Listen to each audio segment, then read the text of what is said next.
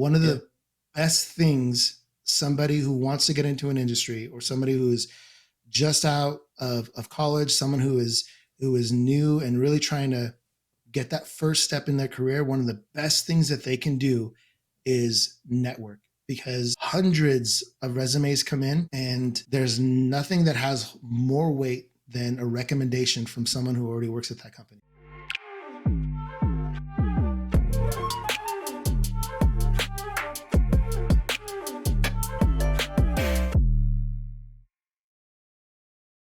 What's up, everybody? Welcome back to the Custom Journeys podcast. My name is Andrew Baines, and I'm your host. As you know, this podcast is all about helping you all have a successful STEM career and introducing you all to some amazing, diverse STEM professionals.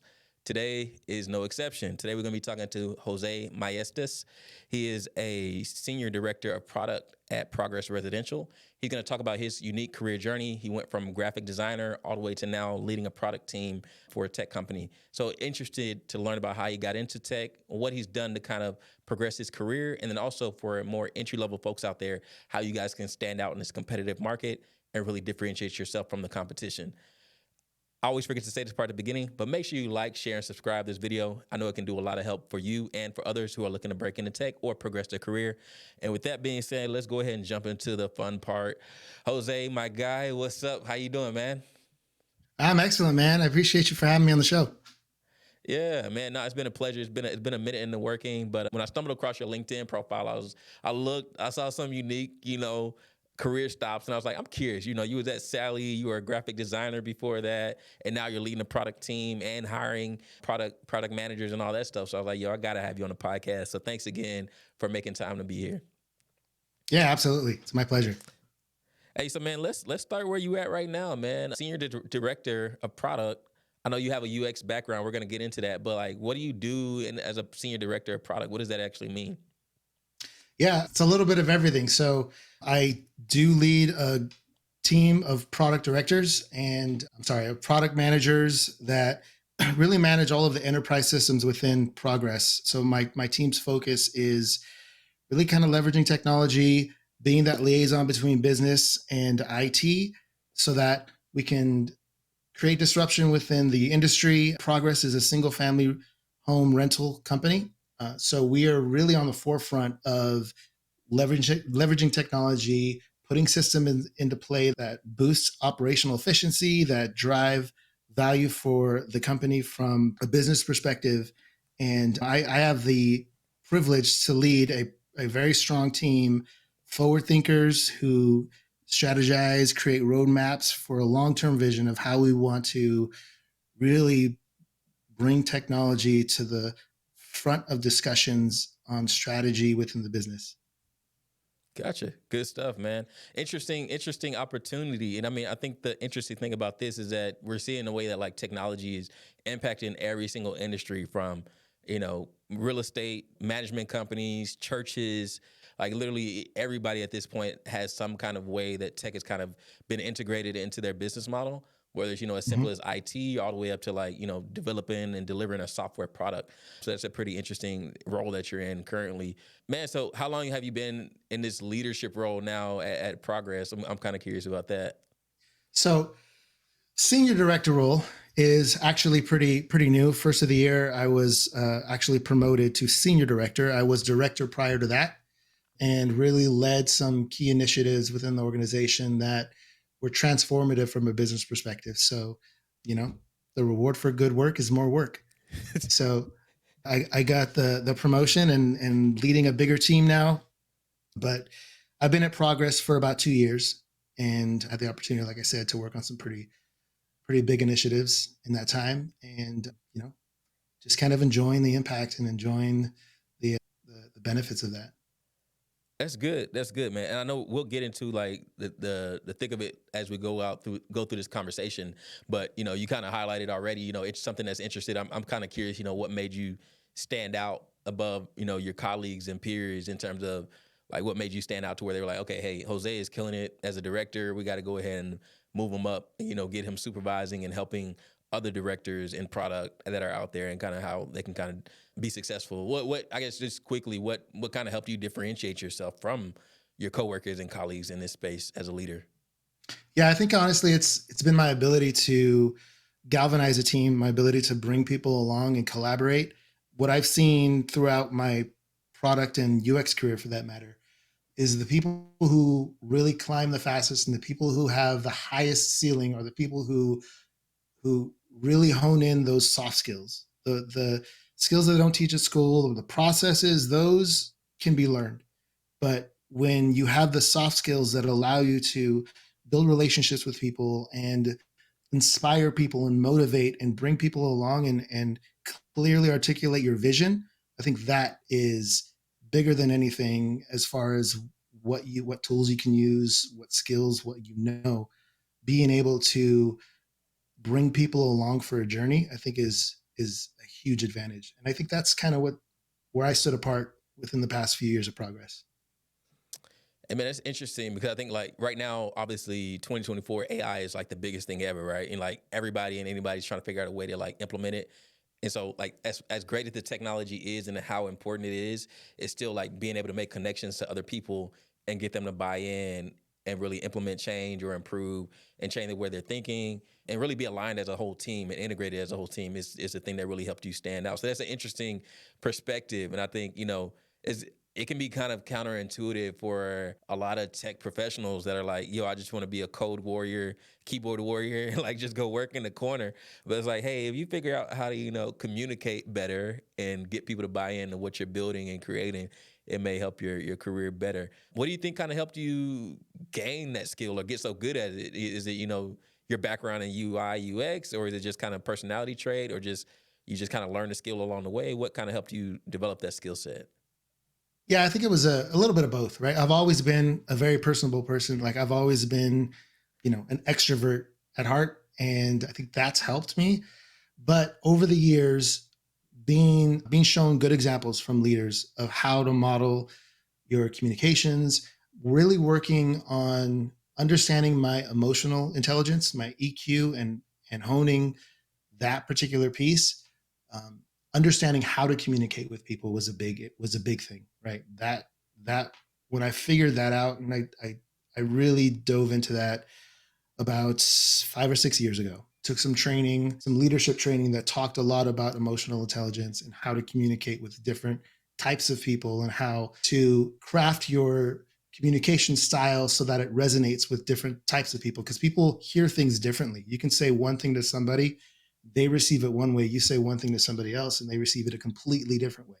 So understanding the dynamics there, I think that was big. And like I said, I did some training, but I also had some great leaders who modeled that behavior and who worked with me to help hone those. And just kind of being around that, I've always been able to really observe, see what people are doing, and then either try and learn and model that behavior and trait for myself if I feel like it's beneficial, or understand, hey, I don't want to do that.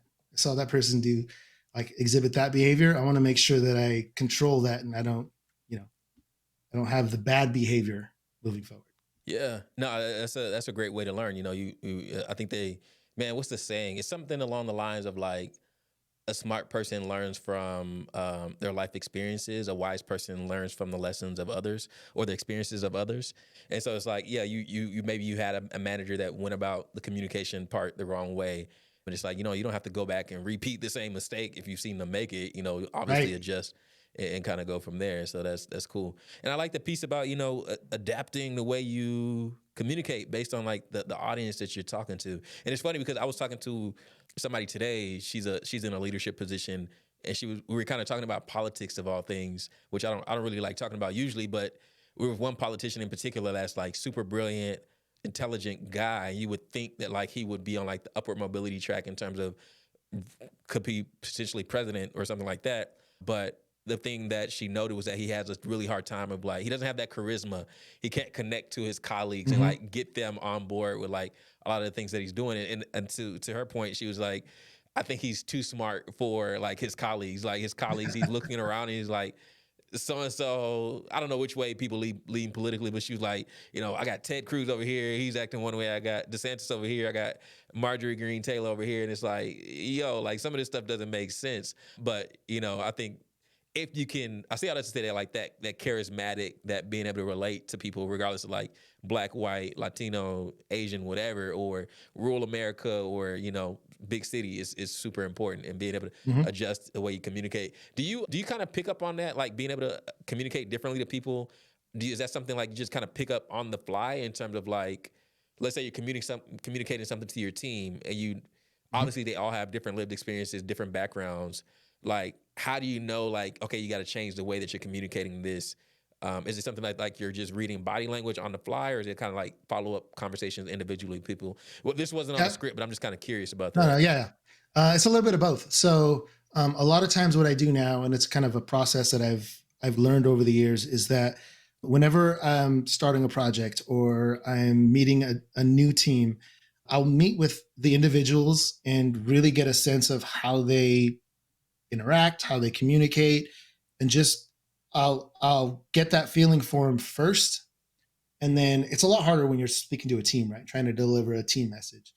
But when you're speaking with people individually, you need to kind of learn their style and their communication style ahead of time. You can kind of read body language. You can just listen and observe of how they're reacting and how they're receiving the information. If they're having a hard time, if they're asking a lot of questions, then it's obviously not resonating. So you just got to kind of feel your way through the conversation if you're going to do it that way. I like to get kind of like a pre-read, right? And just meet with them in an informal way, just have discussions and really learn about how they communicate, how they receive information, how they process information. That way, in all of my conversations moving forward, I can make sure that I'm speaking their language. Gotcha. I like it, man. Good stuff. Real quick, I want to get into your journey in a minute, but one thing, when I was looking back at your LinkedIn profile, I noticed that like for your current role at your current company, it said LinkedIn helped me get this job. I'm curious if you can share, like, what's the story behind how you landed this job that you're currently in? Yeah, yeah, absolutely. So, like you said earlier, I was at Sally Beauty prior to Progress, and which is a completely different style of company, right? Beauty products versus single family home rentals, completely different. But I did have some experience in the past with service based systems and enterprise software. So they just saw my experience on LinkedIn. A recruiter reached out to me and scheduled a discussion. And funny enough, it's a funny story. So I'm a basketball fan. I love playing basketball and tore my ACL about 4 years ago. And I got ACL reconstruction. Yeah. And the day after surgery, they Progress called me and they were wanting to schedule an interview. And I was like, can we wait a couple weeks? Because I'm on pain meds right now and it's not going to go well if I try and have an interview anytime in the next week. They were cool about it. They reached out to me, had some discussions internally, and it was really, I was open for work and I had LinkedIn, I had the open for work little badge on my profile. Yeah. And they saw that, they reached out, and it took about a month and a half. And originally, I was talking to them about a user experience director position. Through talking, there's a lot more opportunity for impact through the product side of the business. So, yeah, jumped in Man. feet first. Oh, okay, man. That's a great story. I mean, a great example of why you got to have your LinkedIn up to date. Man, bro, it's funny. It's not funny. You tore your ACL, but I've been seeing some Instagram memes and TikTok, clips where it's like the guy. What was it? It was one dude. He went out to play basketball, and he's like he was standing outside the door. He was returning home from playing basketball, and he was trying to like take a breath and like recover. Hey, and then the text was like me trying to act like I didn't get hurt after my wife told me not to go play basketball because I'm Oh gonna my get hurt. gosh, And that's so he's true. like standing at the door like trying to walk in, like, gather himself and then walk in the door like nothing at all happened. And it's like, man, it's like you tore your ACL. I got a homeboy who tore his Achilles playing ball. I'm just like, look, man, after 28, it's like, yo, just wrap it up, bro. It's not, just go do some weightlifting, some, Yep. Zumba, hell, even that with your wife or whatever. But call it a day after that, man, with the hooping and stuff. Oh man, I thought it was LeBron James chasing someone down on a fast break, and my knee was like, nope. See, look, man, that's why you got to stick to rapping. You know, you got the Fat Joe resemblance going There for you you, so go. it's like, stick with the Terror Squad. But nah, but okay, interesting stuff, man. So no, I appreciate you sharing that story with me. Let's take it back a little bit further, man. I know you from back to the origin story. I know you from the West Coast, from Cali. Yep. I think you were telling me you grew up like on a farm, like agricultural community. Is that kind of Yeah. right?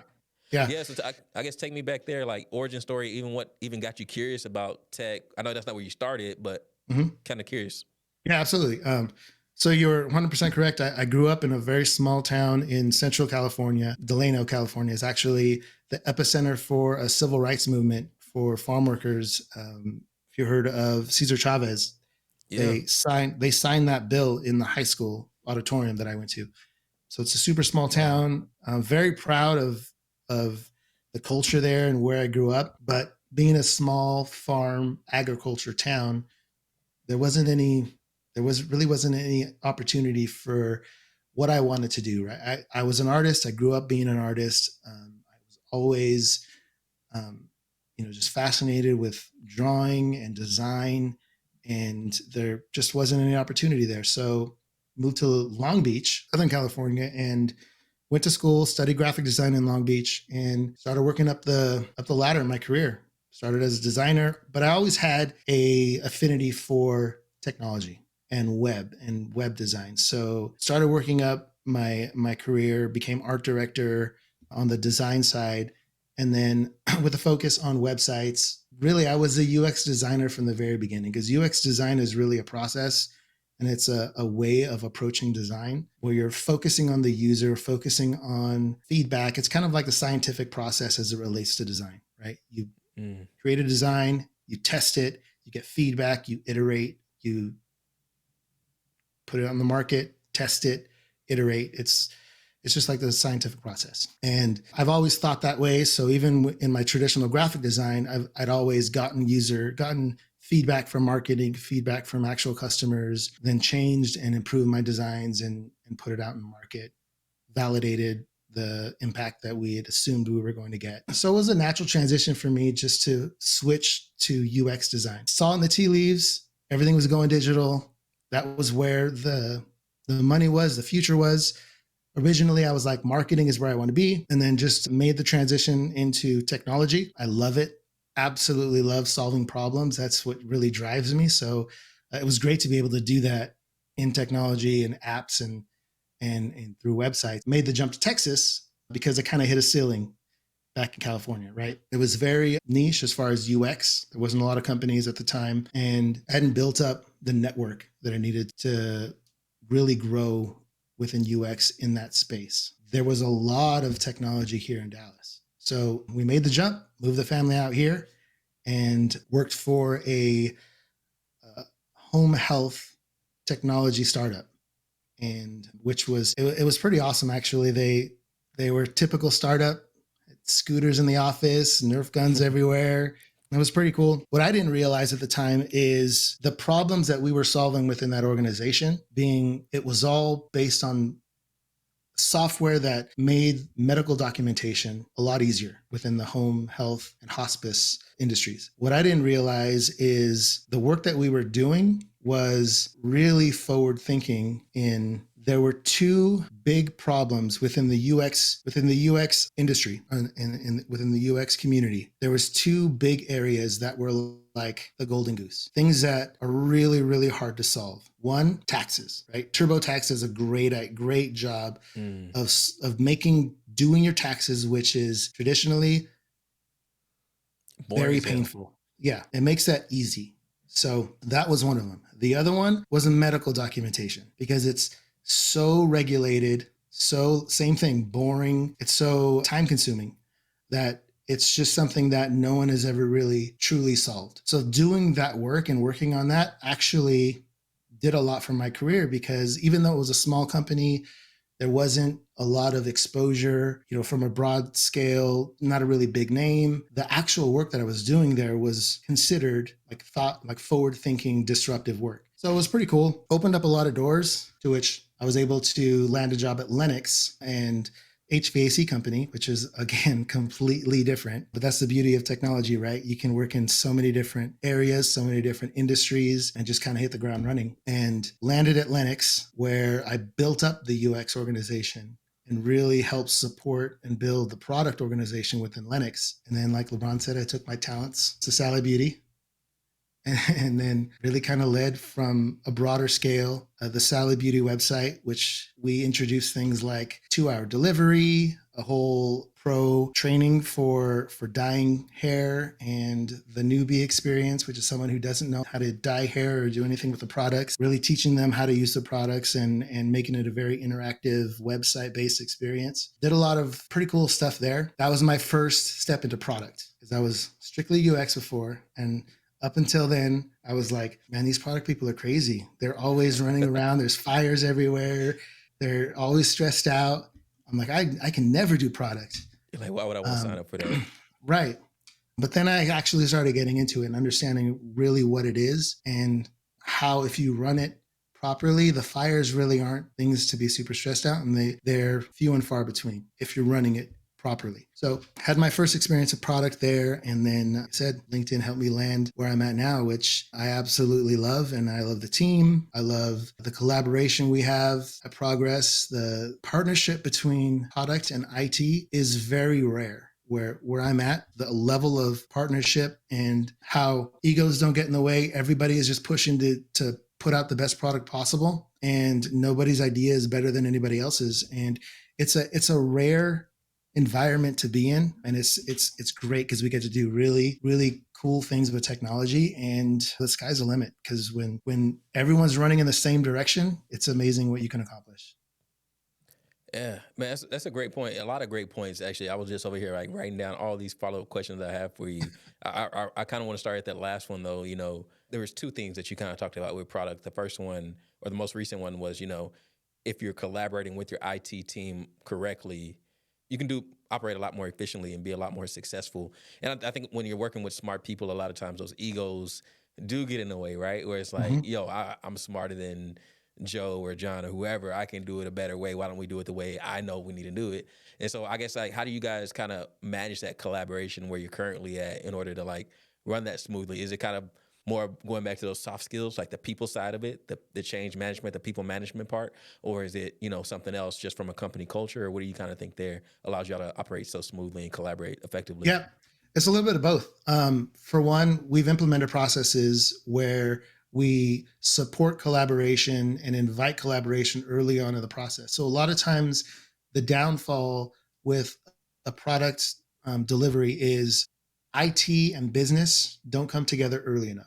It's usually when UAT happens, and that is when you're testing, and it's too late because the solution's already defined, and you're already halfway out the door.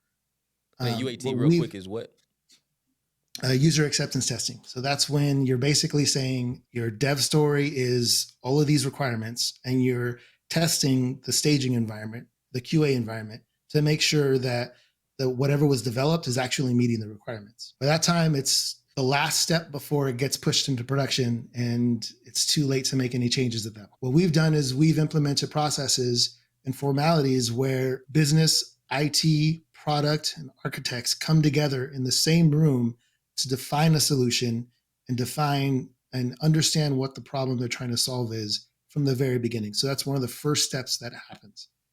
Product and business work together to understand what the real issue is, and then IT and the architects and BAs come together to define the solution together in a collaborative session that product is facilitating. Usually UX is in that mix too, but that really gets ahead of a lot of the pitfalls that come after the fact, when there's different use cases, different features that weren't really included, that business never really brought up in the beginning. So that drives that collaboration in the beginning.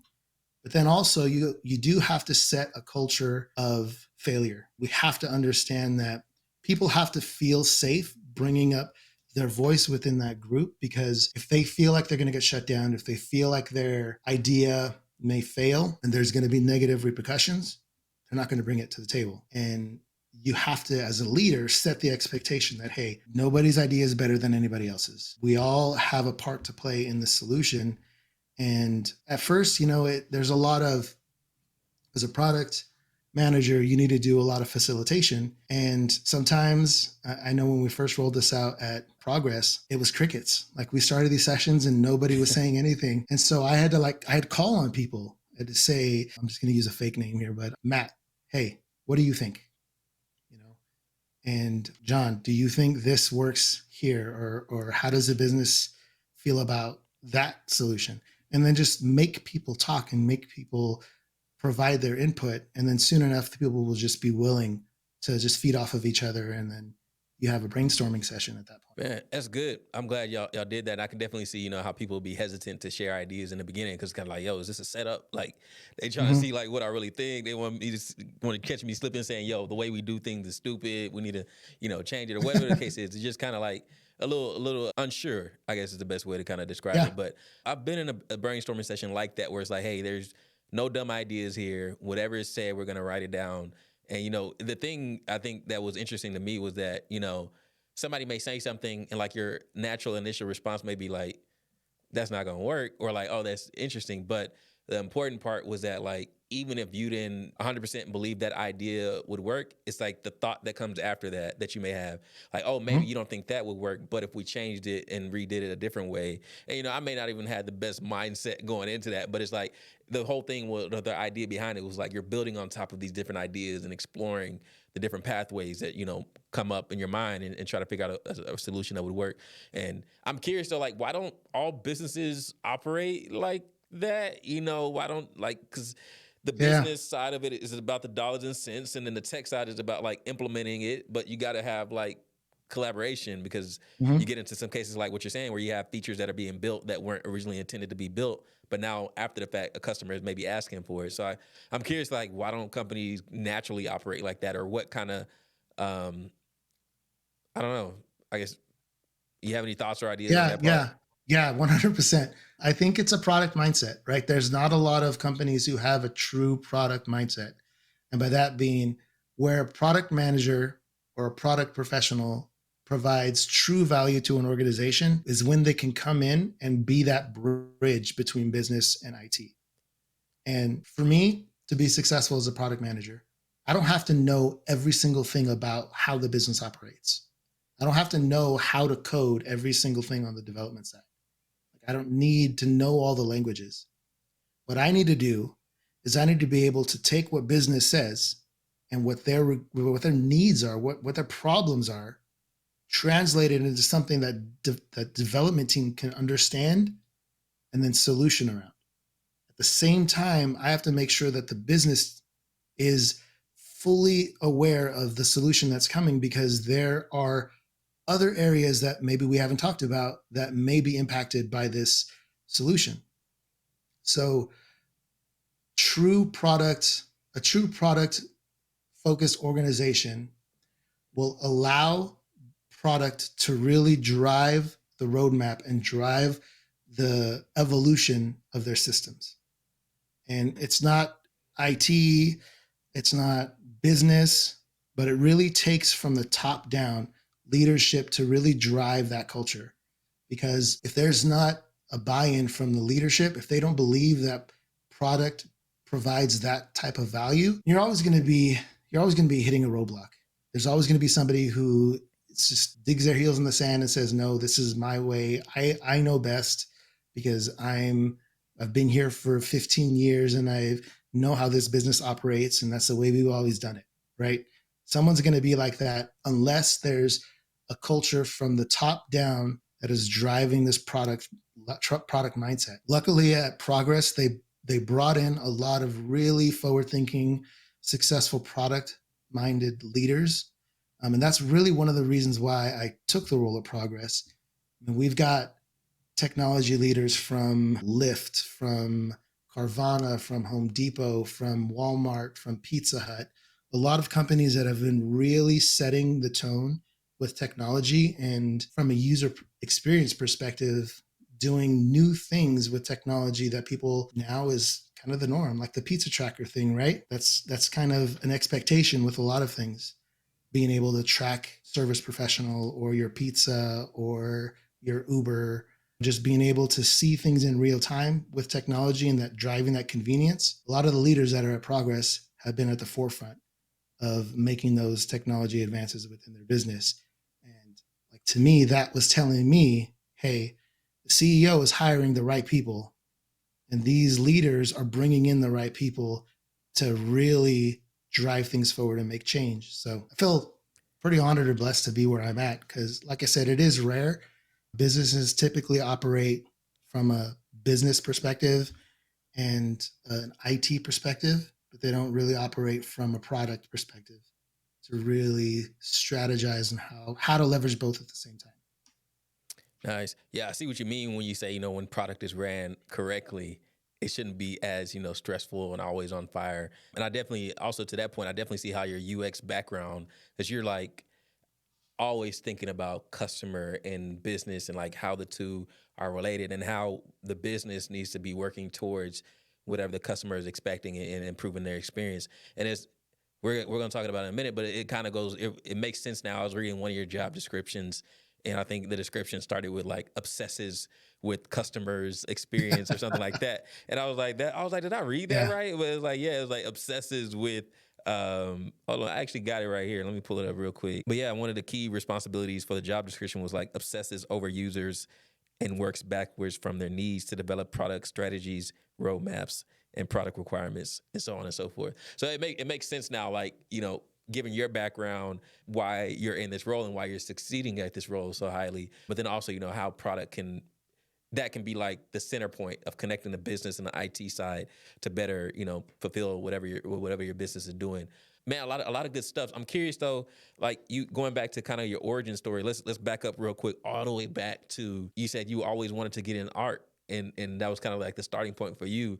We're both parents, we're both dads of boys at that. And it's like, as a parent, you're always thinking like, you're trying to guide your kid a little bit one way or the other, right? Like trying to push, not you don't want to force them to do something, but you want to make sure they have exposure to all the different options out there, and Yep. definitely that they're aware of the career paths that pay a little bit better than others.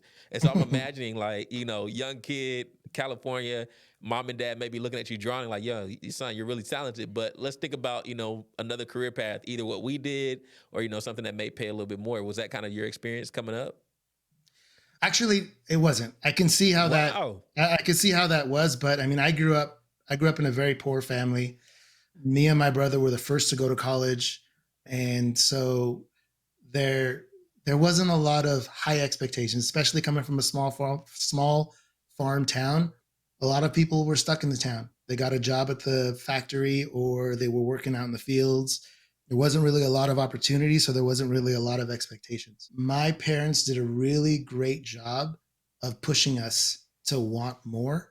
To the tone where my mom made it a requirement that any college that we go to has to be at least 2 hours away, because she wanted us Wow. to get out of the town, away, and experiencing something different. Right. I really thank them a lot for pushing us to not just settle and to really follow what we were passionate about. Man, my brother, we couldn't be more different. He is a math professor, and I am an artist. So, yeah, we're completely different. But at the same time, we've both really chased what we were passionate about, and we really never thought anything different. Man, that's cool. I think that's a testament to like the great job your parents did, even though they didn't come from money or whatever, and they had humble beginnings. They still made sure to kind of push you guys to pursue more and want more. And I think that's awesome. Definitely, getting you guys exposed and encouraging you guys to get outside of your environment where you may see a lot of your friends from high school or whatever. They still in the same city, all that, and they're like, yo, you need to see more than this, Jose. You need to aspire for more. So that's dope. And Yeah. I'm sure you were extreme. They were extremely proud of you, like seeing how far you've come from those humble beginnings to now leading product teams and uh, Mhm. have your own family now in Dallas. So that's amazing, man. Yeah. Yeah. It's so funny. So my mom is a manicurist, and a lot of times, I mean, she's had the same clients for 40, 50 years, because it's a small town, right? And every once in a while, like if I get a new job or something, I'll call her and she'll be with one of those clients. Or like technically clients, but they're just like her friends. And she'll be with them, and then like they'll peek into the phone and say, "Ah, congratulations!" It's like she loves bragging on both me and my brother. Yeah, that's cool, man. I know the feeling. I know the feeling, and so that's amazing.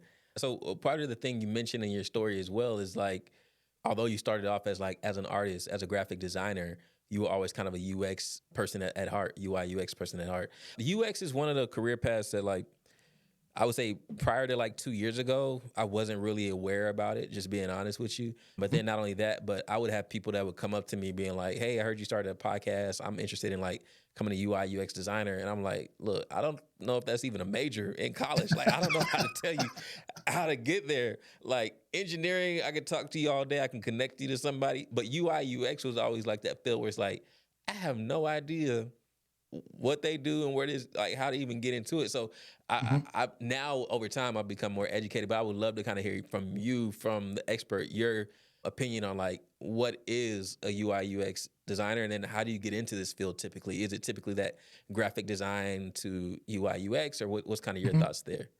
Yeah, definitely. So I have a I have a firm belief that a UI UX, when you see the UI/UX as a role, that's really a generalist, right? That's somebody who came from a design background, who understands how to visualize a design, but at the same time can facilitate design sprints, understands how to design around a user and solve within an interface like a UX designer. So that's kind of the marriage of the two, a generalist. UX versus UI are really two completely different roles.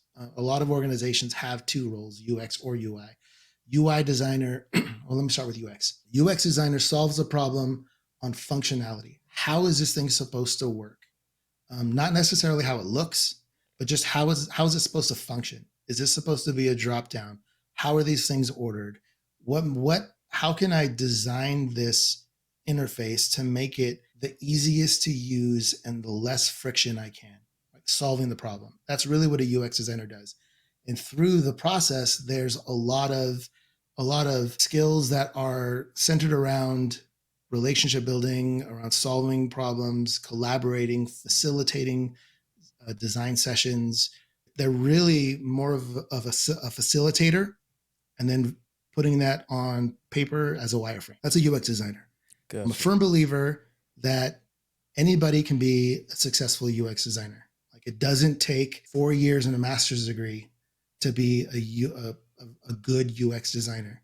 I never had formal UX training other than a couple of classes here and there, and really understanding from mentorship what it takes to be a UX designer, and then learning the processes. Right. I've hired people who have come out of college as like one of my best UX designers that I had at Lennox was he was a English major. He was a Wow. literature major, and completely opposite.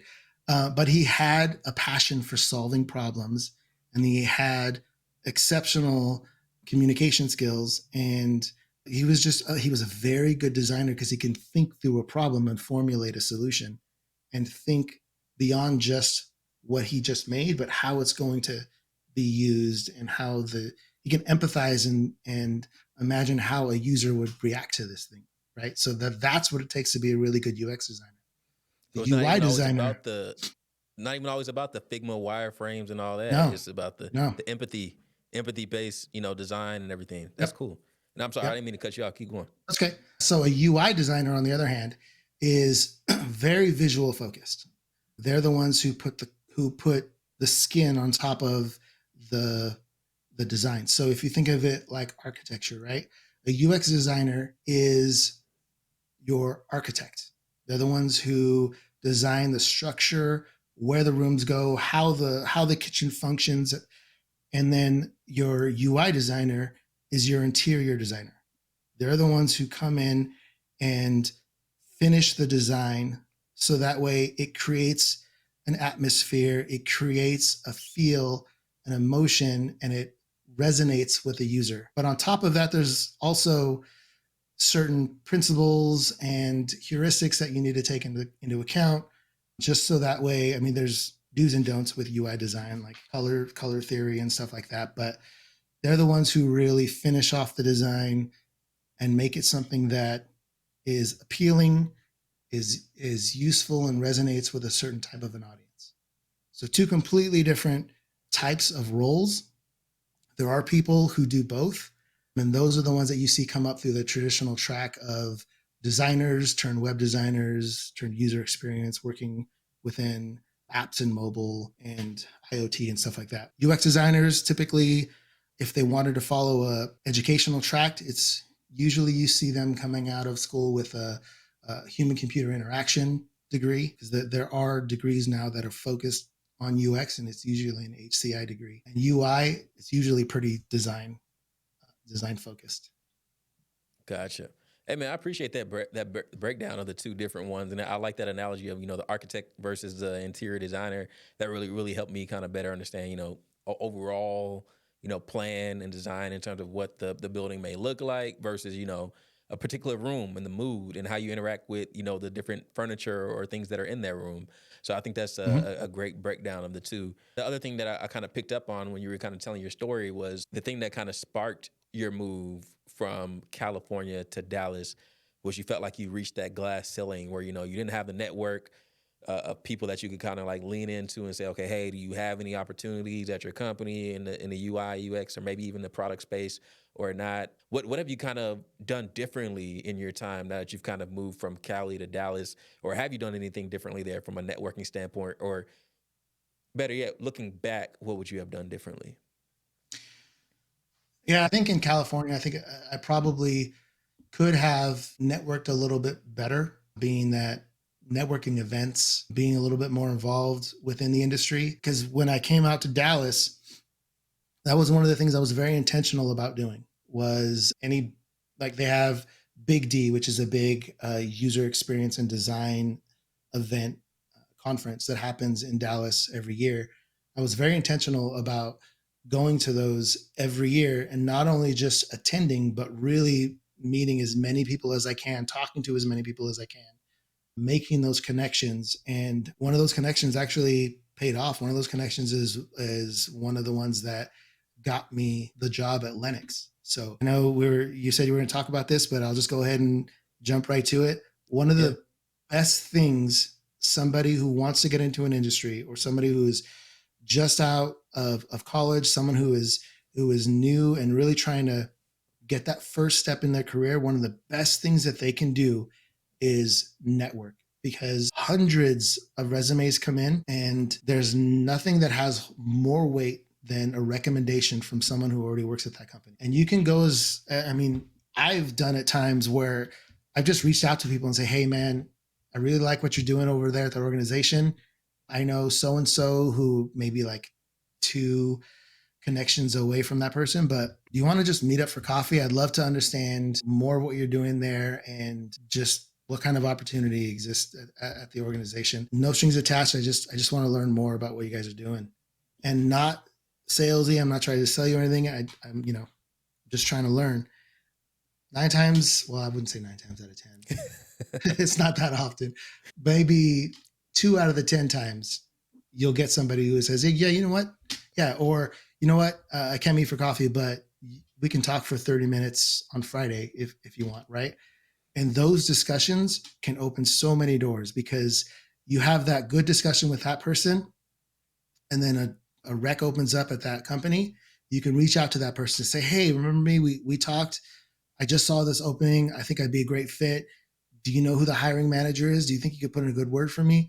And people would love to help and bring somebody on their team who they feel confident and can back. And that's exactly what happened with me at Lennox. I met a recruiter somewhere and saw the job posting and reached out to them. They remembered me and brought me in, and that's how I got my foot in the door at that place. So highly recommend. Don't just blanket send out resumes, because it's, I mean, you're a straw in a pile at that point. Like, you want to make sure you can work your way into the discussion, not just be part of the flood that's coming in. Man, it's so great. It's such great advice. I'm glad you said that because I mean, even the 2 out of 10, like I think people are so scared to hear no that a lot of times they don't even like try, right? But you telling me a 20% success rate is something that's very important.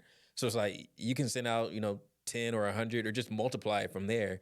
But you never know how many people will say yes, and those single yeses are highly impactful, and Yeah. you proved it. That's the way that you landed that job at Linux, and without that, do you get that next opportunity, whether it's at Sally or somewhere else, or even all the way to Progress? So I think that's highly important. Yep. Um, Damn, man, I had a follow up question for you. It's gonna come back to me. Sorry, I I threw you swear I off your had. flow. Nah, you good. You good. You good. No, because it was actually based on what you were telling me about progress in networking. Oh man, it was a good one too. It'll come back to me. But I'm glad you broke that down, man. I think that's when you're just getting started, I think it can be very intimidated to reach out to people. And then honestly, even beyond like just starting out, I think even later on in your career, it can be tough. Oh, I got you. All right. So look, man, you've even been on the hiring side, right? So I mean, Hmm. you're saying how important this is even at your level, but you've seen it firsthand. And I think the thing that people got to realize is a lot of times I'm looking on LinkedIn, right? And I'm looking at job opportunities.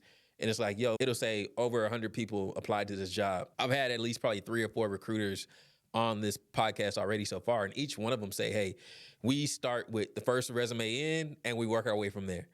So it's like, yo, if you didn't hit submit like at 0.001 second, like you're gonna be in a line of 100 people and they may not even get to your resume. So being able to get that recommendation is so important to kind of giving them a reason to kind of search through Yeah. there, pick it out, and actually review it. And then as having that recommendation to give them that added piece of comfort, that peace of mind in Hmm. terms of, okay, hey, Jose is cool, he looks great on paper, but can he really do it? If you got somebody vouching for you, whether it's a recruiter that you met at an event or whatever, it really helps you stand out above the crowd. So, Yep. man, I think that's great advice that you've offered. Yeah. I'll tell you how important it is. I'll give you an example. In the system, a lot of systems work this way too. So in the system, candidates come in, recruiters screen the candidates, and they push them through to the hiring manager based on a discussion that the hiring manager and the recruiter had about the role, right? A lot of times, the process takes a while, just screening and waiting on the recruiter. I'm not very patient sometimes. So I will go into the system and look at all the candidates who have applied for the job and filter the list by referral. And I'll pull up all the referrals first and I'll go through the referral applications myself, which is usually a lot less than the 100, 200 plus that have come in. And then, those I'll look at them and just based on a quick glance on their work history and their resume, I'll say, hey, this person sounds like they are mid-level. If I'm looking for a mid-level, that's really what it is I'm looking for relevant experience to the role and the right level of experience for that role. So I don't want to bring somebody in who's really senior for a mid-level role because they're not going to be challenged enough. I don't want to bring somebody in who's junior for a senior level role because they're just and we just throw them into the wolves at that point. So I'm looking for the right match. And that's because I want the person who steps into that role to be successful, right? I want to set them up. And so I look at that, I see if there's any relevant information, and then I reach out to the recruiter and I say, hey, can you screen this person and send them my way? So it's so important to have a referral and I'm not the only one who does this because I learned this from another hiring manager, but you have to be truthful with it because I've seen some applications where people who said that who were applying for a role that I'm hiring for, who said that I referred them for that role. I'm like, what? I don't even know this person. But um, so don't lie on your referral because you're going to get caught. And it's not going to work. Please, please, man. Yeah, and I mean, obviously, do you guys follow up with the person that referred that candidate? Is that something that you typically do in the I usually process? do. I usually do. I usually reach out to them on Teams or whatever, Slack or whatever chat we have. And I just say, hey, do you got a couple of minutes? I just want to get your opinion on this referral. Man, that's powerful insight, and I think you're getting at the heart of the matter. It was interesting because I was having a conversation, not on a podcast, but I was talking to a recruiter that works at like a they're I guess they were a tech startup. They're at this point they're well beyond the startup point. They're highly successful, well known company. Like a lot of people want to work for them, and he was telling me that they had about 10,000 applicants for a software engineering intern, position. And I'm like, I don't know how many roles they're filling. They're obviously not filling in thousands of interns positions. So it's like, just think about it from a recruiter standpoint or from a company standpoint. How do I reduce that number? I obviously Mhm. can't look. Either I start at the very beginning, the first one in, work my way to the last one out, or I have to go through referrals. Or I have to have some kind of like ATS system that maybe weeds them out. So you got to have some Yeah. kind of way to kind of give you that edge, that competitive advantage. And Mhm. at the end of the day, recruiting has always been like a who you know thing, right? But for some reason, it's kind of been lost along the way. Like I felt like in these highly technical spaces, people just felt like, okay, hey, I'm the best, but it's never Mhm. really been like a meritocracy. Like, yeah, you've been the best programmer, but did anybody know that? So I think it's Yeah. important for people to hear from you, like hiring manager, decision maker, like how the process actually works. Yep. Another thing, I wanted to bring this up. I was thinking about it the other day. Yeah. Um,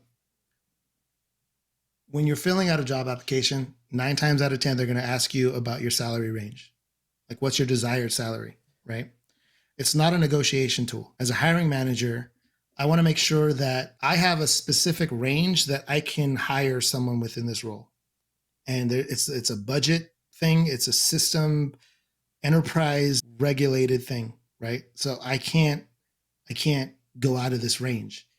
If your true desired salary is above that range, you're not going to be happy in this role. Like you if if what you are comfortable being paid for the work is out of that range, it's not the right role for you.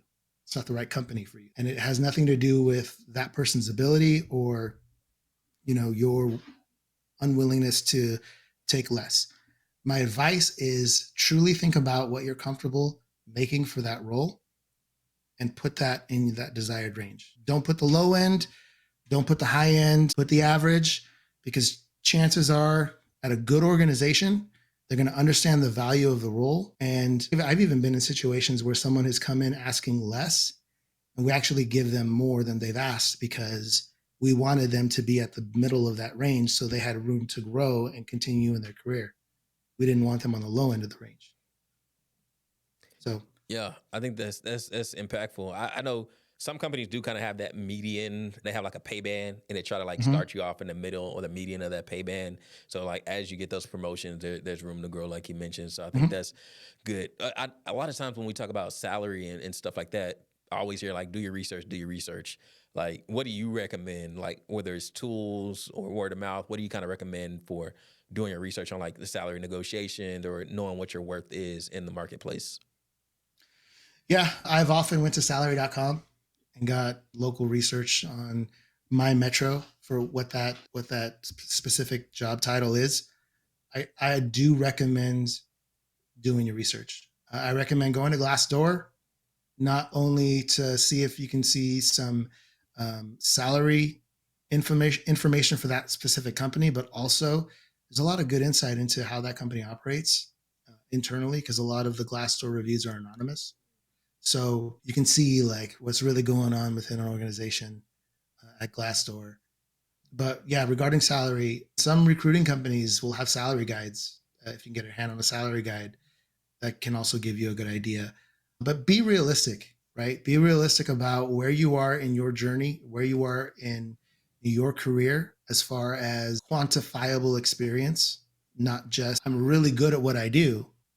How long have you been doing it and how much actual practical experience have you had that a company can see and attach value to? So that plays a role into it also. So be realistic with yourself about how long you've been, how much gravitas you've built up for that particular salary. And I would definitely think about what you're comfortable with. Gotcha. Good stuff. Real quick on the salary side, man. I know a lot of people are interested in terms of like how much can you expect to make in the world of tech, either on the UI UX or on the product side. And I guess maybe specifically to Dallas, your current market, Mhm. what can people kind of expect? I know it varies depending on like what point of your salary, your career you're in, but what do you kind of think there? And it's good if it's Yeah, easier. Feel free to like just let me know like previous stops you were at.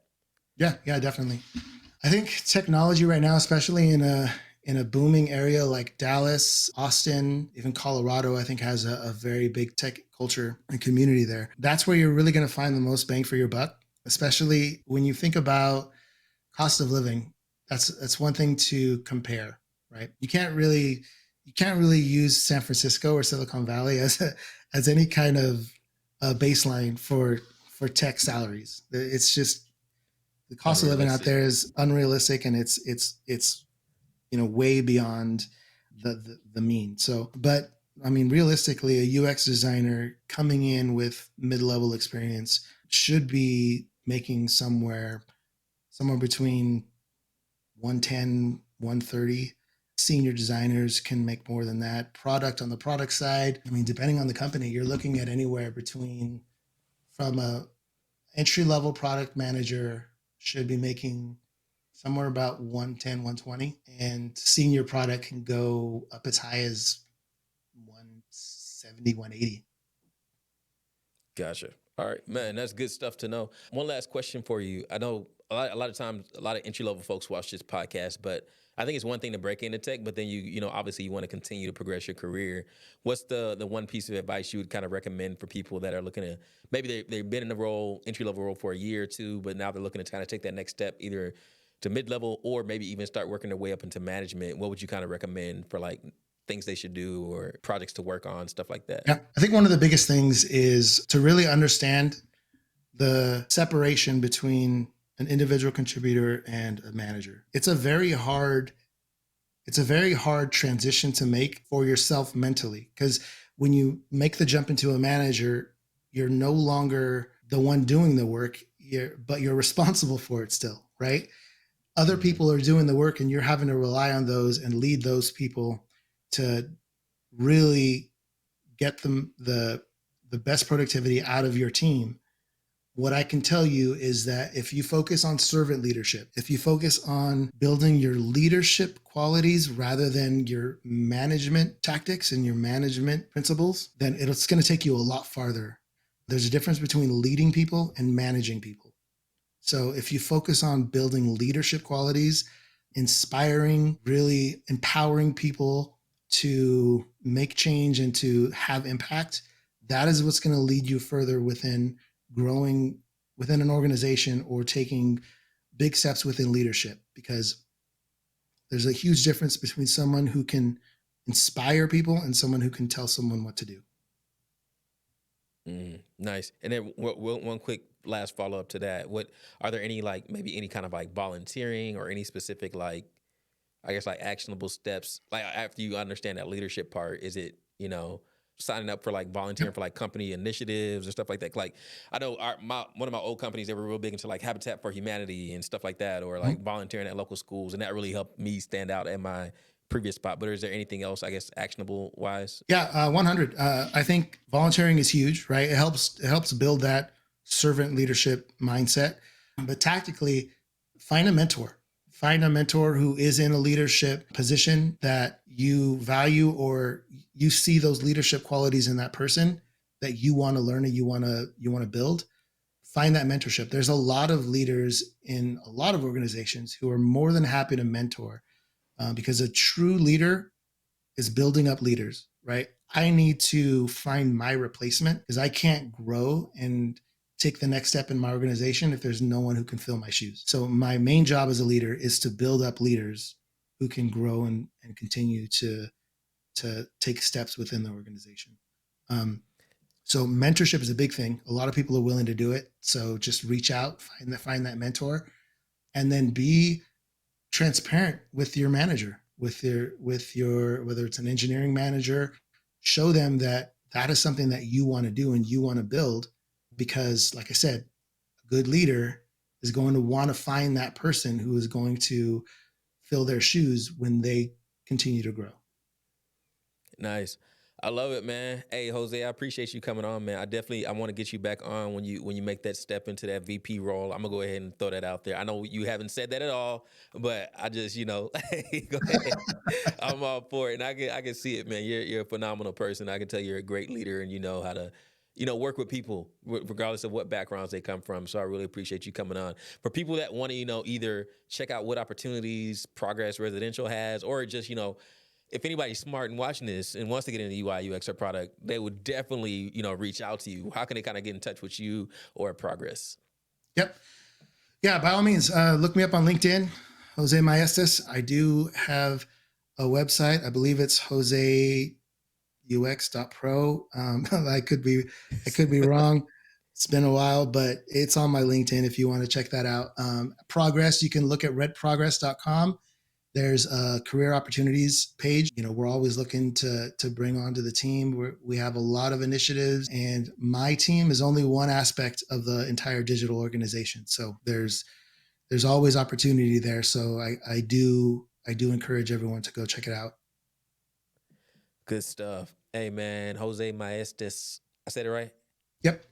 Good Good stuff, job. man. I appreciate you coming on here. I gotta get on my Espanol, man. I used to know it, but I stopped using it, so it went away. But hey, man, again, pleasure having you on. For you guys watching, I appreciate you guys staying tuned. Make sure you share this video with a friend. Also, make sure you like and subscribe as well. That's it for this week's episode. Make sure you stay tuned, and we'll be back next week with more great content and more amazing guests. That's it. Peace. Hey man, I didn't see it. I didn't think about this at all. But my videographer, he's fixing some stuff, and he just pointed something out to me, and the resemblance is there. I don't know if you can. Let me see. I've heard a few of them. So what is it? Oh Is it man, is it it can't. Hey is it John, can you Fat get it Joe? closer? I can't see who it is, but is it Fat Joe? You already know it, man. But he has the one photo. He has the one. Hey man, damn it, that's gonna be the thumbnail. It's gonna be like me and Fat Joe on the there you go. Hey, that Yeah, one right there. Hey Jose, no, you can't lie, man. That's your brother. bro. That's funny. I was in Atlanta, and the Uber driver told me that. He's like, "Who you look like? You know who you look like." I was like, "Who?" He goes, "You look like a skinny fat Joe." I was like, "Oh man, well, that's not too bad." Hey man, yeah, that's gonna be the thumbnail, man. Screw it. That's funny. I'm gonna have Fat Joe on there. I'm like, what the hell is Fat Joe doing in tech? I'm like, look, you just gotta tune in to find out. You never know who you're gonna see on the Custom Jersey podcast.